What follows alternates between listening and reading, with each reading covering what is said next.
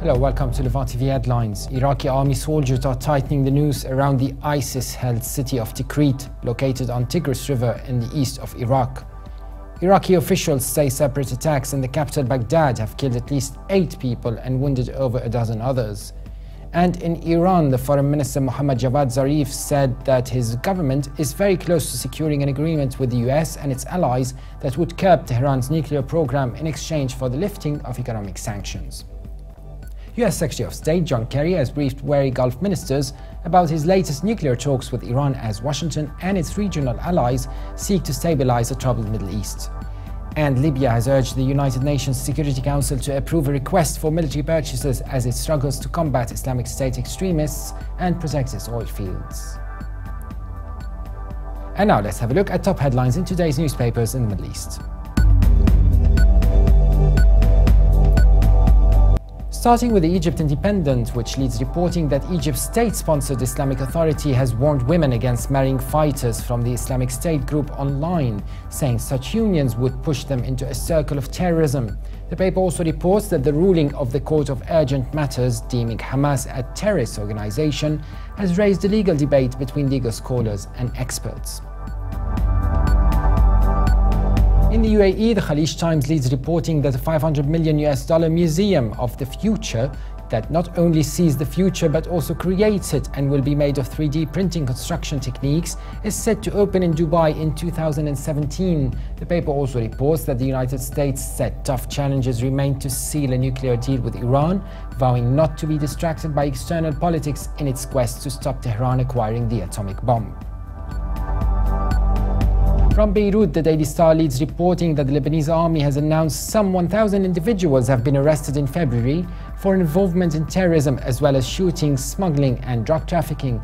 The paper also reports that the Lebanese army arrested a dangerous member of ISIS in a hospital in the Bekaa Valley.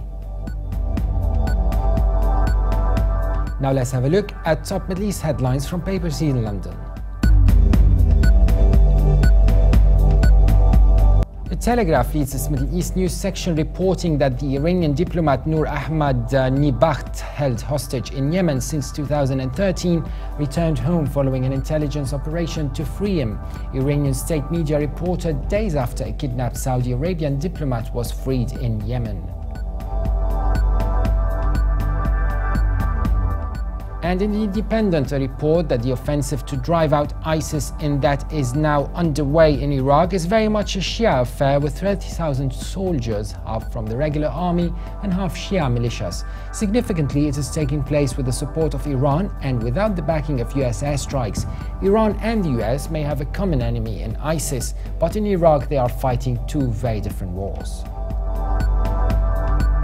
A report on Egypt's version of the Watergate scandal, a series of recordings that implicate a president, in this case former Army Chief Abdel Fattah Sisi, and his staff in a series of wrongdoings. The leaked conversations have been released online in dribs and drabs over the past few months by an Islamist channel in Turkey. And now international papers. From China, the Global Times reports that Iraqi security forces have continued their biggest offensive for the third day in Salahuddin province to free the northern parts of the province from the Islamic State. The troops and allied Sunni and Shiite militias covered by Iraqi air support attacked Ajil oilfield area in the east of the provincial capital city of Tikrit, some 170 kilometers north of the capital Baghdad. And finally, the International New York Times reports that the Secretary of State John Kerry flew to Saudi Arabia on Wednesday to take on the challenge of explaining a potential deal over Iran's nuclear program to the American allied conservative monarchies of the Gulf. Mr. Kerry plans to meet with King Salman and to consult with foreign ministers from Bahrain, Kuwait, Oman, Qatar and the UAE, who are also flying there. And for more updates, please visit Levant.tv.